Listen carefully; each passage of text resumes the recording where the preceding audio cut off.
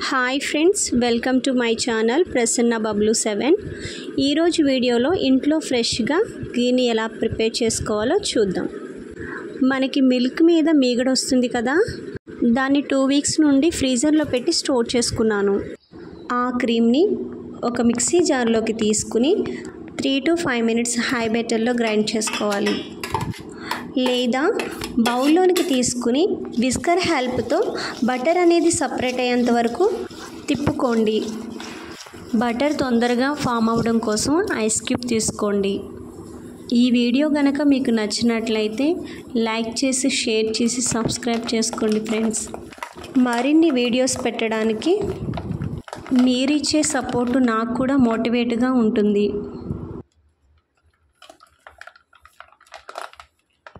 ఇలా సపరేట్ అయిన బటర్ని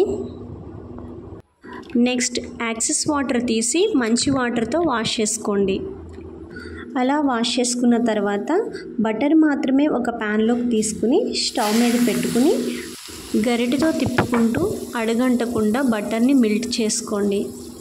ఇలా మనం ఇంట్లో స్వచ్ఛమైన నెయ్యిని తయారు చేసుకోవడం వల్ల చాలా ఆరోగ్య ప్రయోజనాలు ఉన్నాయి. రోజు పరగడుపున 1 స్పూను నెయ్యి హాట్ వాటర్లో కలుపుకుని తాగడం వల్ల వెయిట్ లాస్ అవుతాము. జ్ఞాపక శక్తిని, జీర్ణశక్తిని పెంచడంతో పాటు రోగనిరోధక శక్తిని కూడా పెంచుతుంది.